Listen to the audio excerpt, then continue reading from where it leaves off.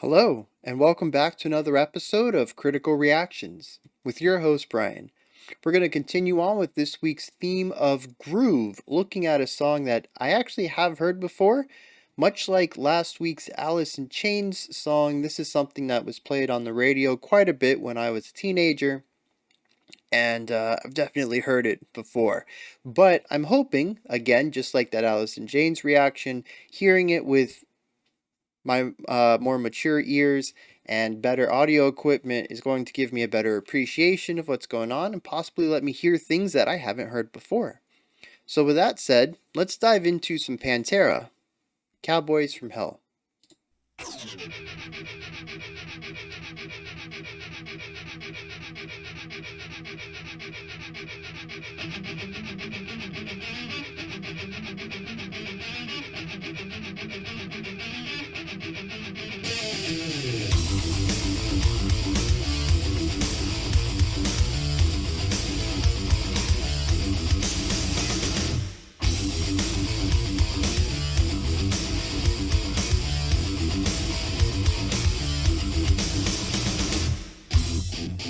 It's interesting that the bass is in line with the guitars in that point, but is very dominant in the mix.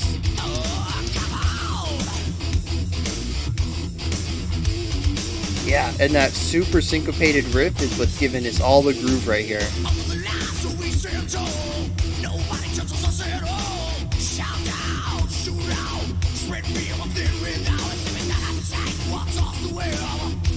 Even the rhythmic diversity between the vocal line and that guitar line.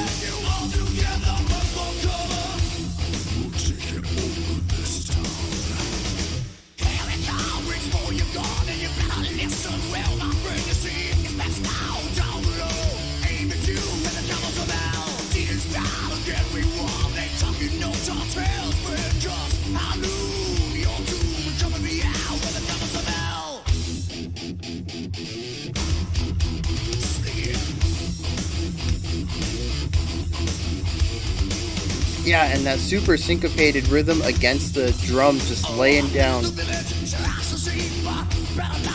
So you're able to hear the beat and the syncopation. Yeah, it just really deepens the groove there.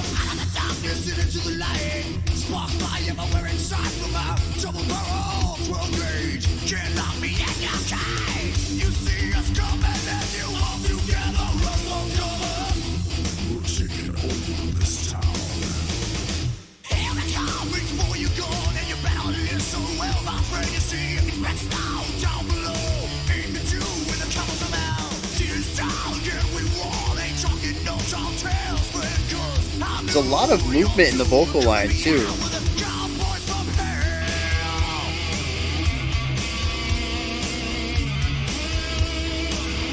First major shift in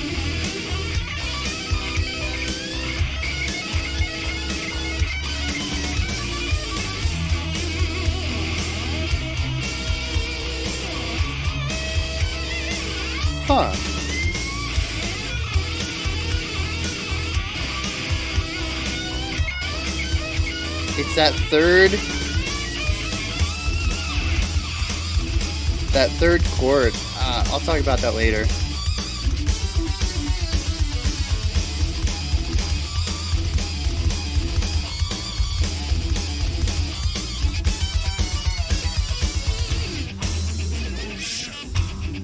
Yeah, it's interesting. We completely get rid of the groove there for just a constant beat.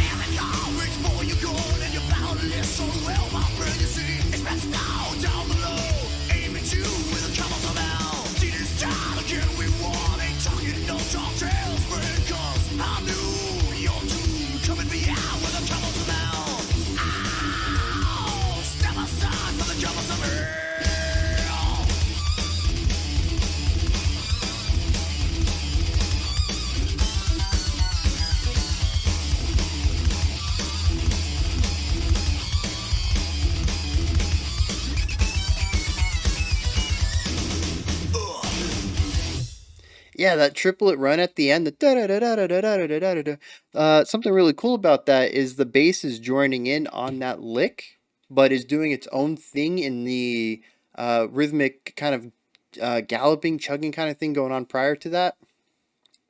So it's just really cool to hear how the bass has its own identifying aspects at times, and then for the faster movement, it seems the bass is in line with the guitar, so it showcased a bit of melody playing for the bassist, as well as just laying down some tasty bass lines and digging into the groove.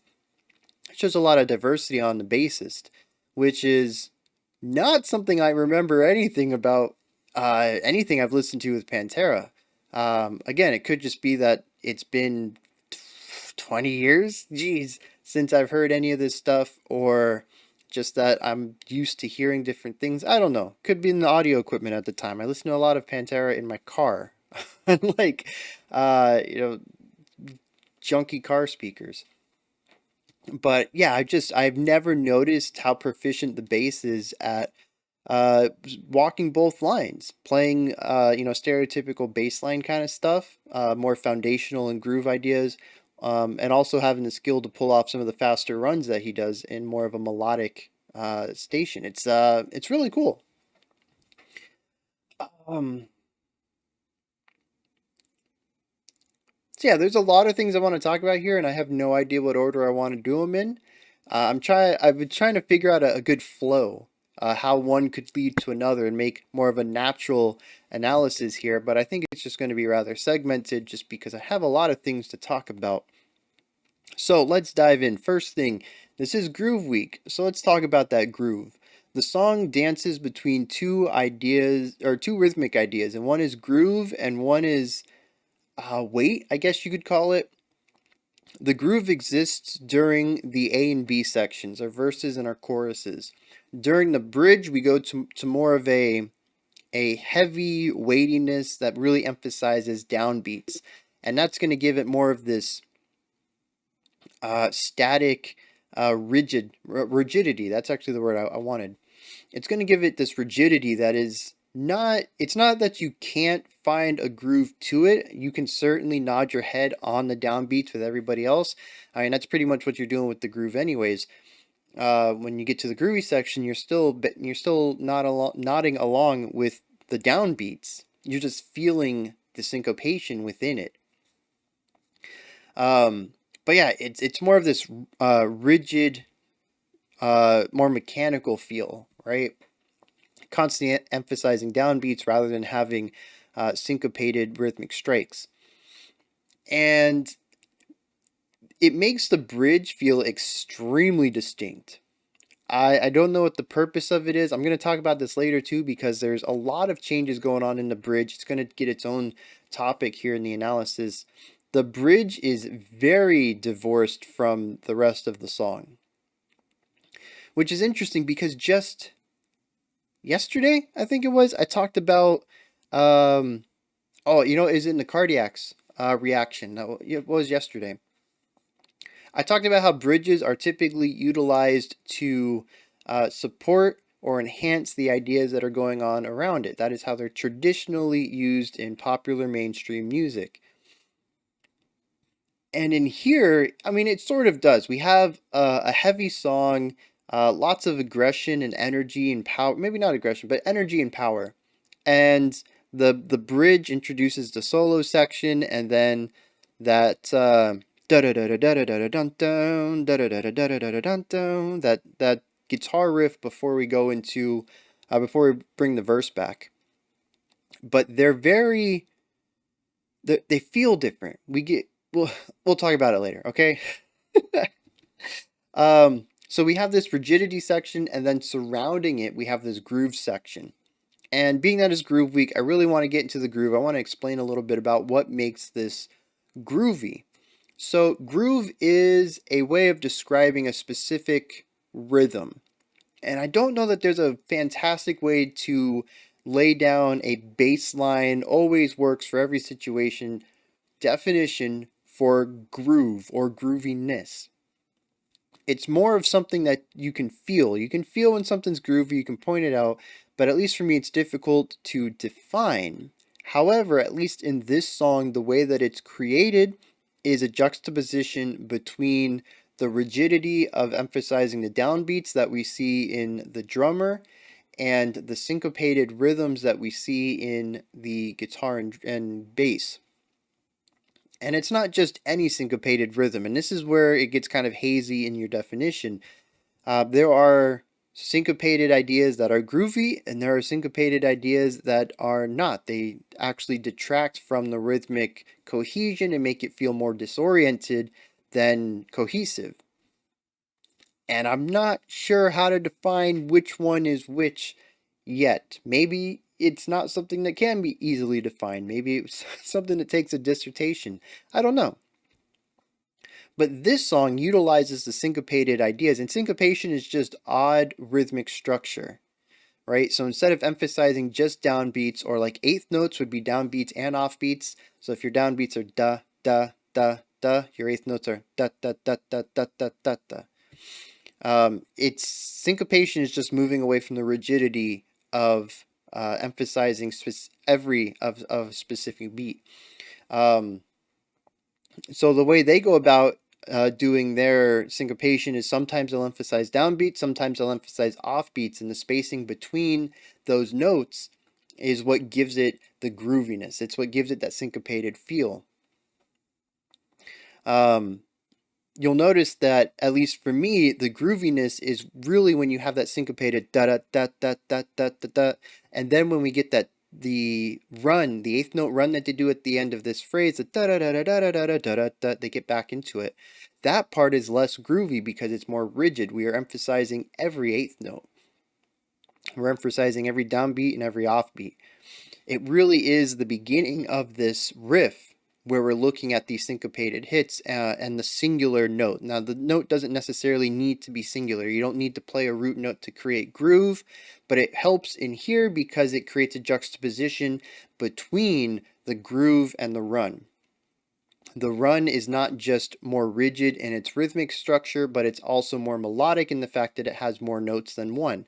It's a great way of creating contrast on a micro level on just the riff itself. It's also just kind of very stereotypical of the time. Even looking back when we looked at Black Metal Origins Week, we were looking at 70s black metal. Same kind of idea. A lot of pedal note stuff for multiple bars and then a run at the end. This is just something that early metal ran with. It's just very popular in early metal, and we're seeing it more here, but there's a reason why it's popular, and a lot of that I think is the contrast of it. So a lot of the groove's going to come from that, but I think that this one actually has an extra layer of groove, which is why it got selected for this week. And that is the vocals. There is a melodic element to the vocals. Specifically, I see it in the chorus when he hits those higher compressed notes and then slides back down and kind of has a little bit of movement down there, and we see a lot of explosive energy in the vocals. However, in the verse, it's actually very static as far as notes. He moves very little, rising and lowing, and rising and coming down in pitch very faintly. Maybe a whole note up and a whole note down, or maybe like a whole and a half up, whole and a half down. It's really not that big of a gap. So it feels extremely static, and what we get out of it is something that is more rhythmic and textural in structure, because he also has a lot of grit in the verses. And I've mentioned this a couple of times with previous vocalists, especially when we're talking about growling, because growling is not pitched. A lot of growlers will pick a single sound that they're comfortable making and stay in it. And what we end up seeing is more of a textural rhythmic element. So we actually have three rhythms going on here. We have that emphasizing the quarter beats on the drums. We have the syncopated changing, whether it's a downbeat or an offbeat syncopation in the guitar and bass, and then we have this other rhythmic element that isn't really going for any specific pattern other than what would flow naturally in speaking. It's more of a spoken flow rather than a musical flow, based entirely on syllabic cadence. And that's going to be what I think a lot of people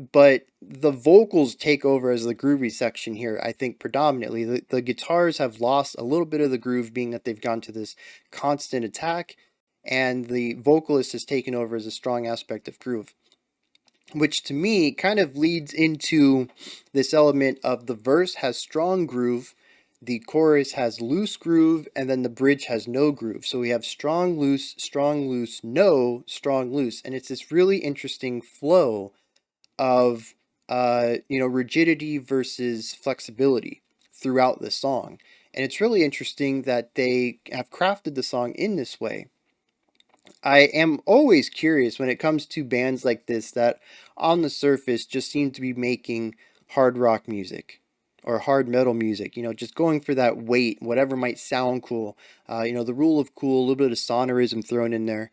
Um, do they know what they're doing? Did they specifically craft this with this groovy flow of constantly changing it up?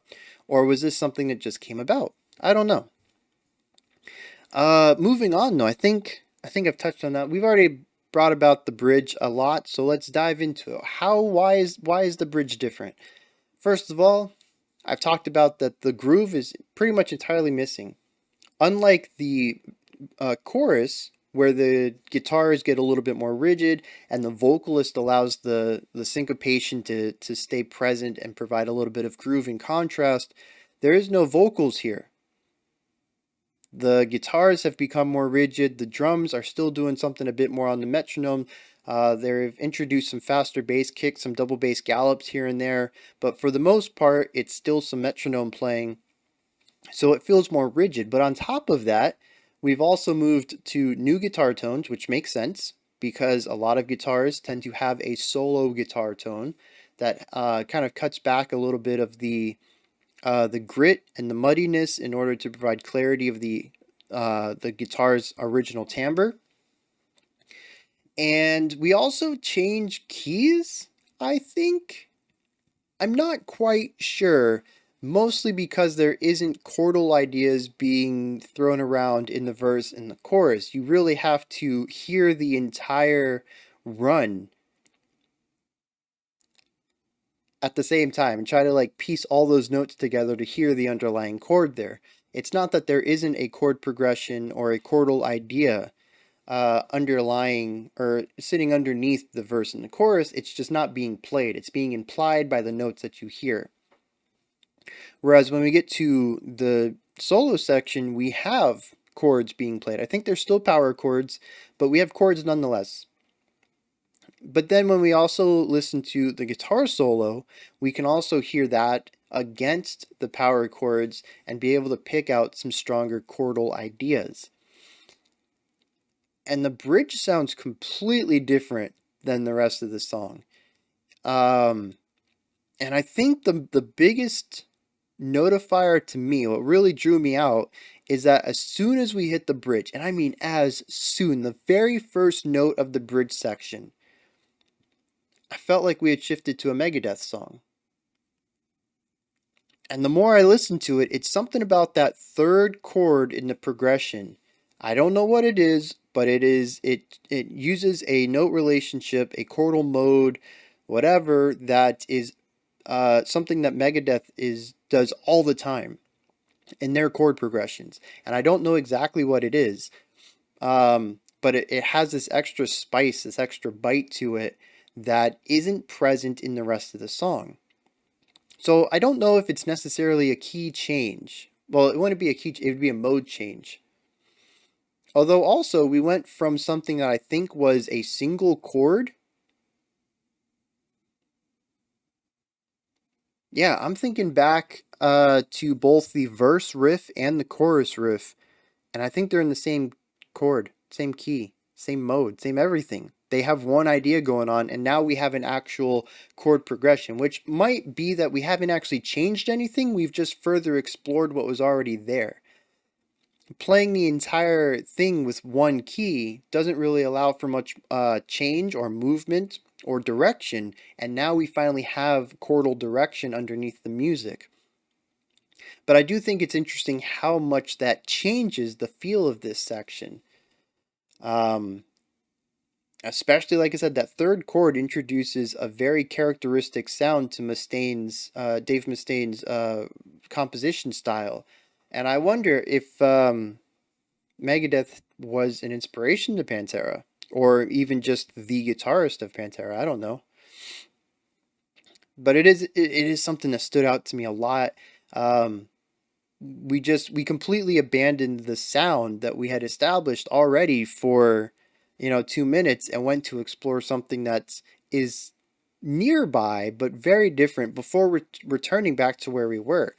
And it does feel like a very different part. The groove is gone, the vocals are gone, the guitar tone is different. We have a new chord progression that doesn't feel close to what we were exploring earlier. It is a very different part of the song. And I'm kind of curious how it fits in, if it's designed to fit in at all. I mean, it's not like it's disjointed. It doesn't feel like it's completely divorced from the song. It is not like Between the Barrett and Me when they bring in a hoedown section. Like, it feels sort of natural to go there, to go into the bridge. But in retrospect, comparing it to what comes around it, it really is its own little isolated pocket of sound. And it makes me wonder what the point of that was. Is that just Pantera's style? Do they tend to stick with a single chord and play most of the song around it because of the rule of cool? This chord sounds cool. I like the notes in it. We're just going to play a lot of stuff with these same notes, the same collection of notes. And then the guitar solo comes around, and that's where their solo inspirations come from. And they look back on other bands who they've, enjoyed or grew up with or whatever, and emulate them. Maybe it has nothing to do with the song. Maybe it's just their style of playing. Um, but it is something that stands out drastically to me in this listen. Um, I think the last thing I want to talk about is the vocals, because this was a lot more dynamic than I expected, than I remember. Not even expect, but that I remember. It's not like this is my first time hearing this song before. But really, when I was getting ready to do this reaction, I was like, I know this song. And I started to hum the guitar part, that da da da da da da da da da da da da, that main lick right there. And I realized I couldn't hum anything else. Like, that is the only thing I really remembered from it. So hearing the vocals was interesting because there's a lot of range to it. I kind of only remember him as the guy who does that gritty, compressed kind of yelling idea. And to hear him, yes, utilize that in the verse and to use it rhythmically in sort of like a rapping kind of style, playing around with different rhythmic structures and basing it around, like I said, the syllabic cadence, trying to make it sound more natural as speech. That part was interesting, but also just hearing the range, hearing that higher, almost fry scream. I don't know if it was. It's kind of sounded like a compressed clean, possibly. But hearing the range up and then hearing him drop his voice down, I don't know if that had any effects on it to give it that extra width or the extra depth to really bring it down there for that spoken part. And then just everything in between. Like, the dude has a versatile vocal range that I was not expecting and don't ever remember attributing to him. So that was pretty phenomenal as well. The mix was interesting though. When it came in, it sounded narrow and muffled, and I think I just got used to it over time. But it's still something that I think back on when I'm like, what am I going to talk about now? Oh yeah, the production. That's something I normally talk about. First thing that popped in my brain was that very narrow, muffled kind of sound. And I don't know if that was, again, from the 90s. We're talking 30 years ago now. Uh, Recording equipment and audio technology has improved a lot, and production techniques have changed a lot. I don't want to use improved for that. They've changed. What we perceive as good production now is different than what we perceived as good production then. Um, so I'm curious, maybe listening to more Pantera, possibly from this era, and maybe if they're still making it now, and seeing how the production has changed, or if it has changed at all. because to me this does not sound as full as I would expect from metal. And again, I'm approaching that retrospectively. I'm approaching it having listened to modern metal made in 2020, 2021, 2022, even the late 2010s. Metal has a very full, rich sound now. It's not necessarily always multi-layered, but it's always very big. And here it doesn't. It's very very centered, very narrow, and like I said, kind of muddy, kind of fuzzy. More of it's not like I can't hear what everything's going on. It's just that there's a bit of a haze, right? I can still make out all the unique features, but there's a little bit of clarity I'm missing that I think maybe again just something I'm used to. So, yeah, I have a couple questions regarding that. If anybody has answers about the production there, or if anybody else hears it, maybe that one's just me. I don't know. I think that wraps this one up, though. I think I talked about everything I wanted to. We got the guitar lick. Oh, um, the solo. I talked about the way it sounded. I forgot to talk about the solo itself. Again, this is a band that, for whatever reason, I associate with riffs. I don't really associate them with strong melodic writing. So it was really interesting to hear that really nice flow in the guitar solo. There were a couple. It wasn't a lot of space. Not like it's not like Knopfler playing over here, putting space between everything. But there were some breaks that were really interesting, where he would play a line and then allow at least a beat of rest before continuing on, and it allowed the solo to feel more natural and more flowy, more like a story, with having peaks and valleys, highs and lows. You know, we have some energy and we're going to bring it back down. We're going to have some energy and bring it back down. And then we move into more of a traditional metal kind of solo with a lot of movement, a little bit of showing off in it as well. But I do like how there was that. That ebb and flow there at the beginning that really helped sell it, and to me showed an understanding of melodic guitar writing that, again, just not something that I really attribute to Pantera. And I guess this song, much like Alice in Chains that we checked out last week, makes me want to dive into the rest of their music a lot more than I did before doing this reaction, which is still just very strange to me. It's interesting to come to something that I think I know so well, that seems so familiar, and to walk away hearing a lot of stuff I've never heard before, and coming and walking with a new appreciation for the song and the artists. So yeah, I kind of want to do more of this. Maybe we'll do a radio rock of the 90s and 2000s, and look at some more stuff that maybe I've dismissed or thought was good for being, a radio rock song, but not necessarily something more than just a simple, catchy song to, appease people who are tuning into a radio.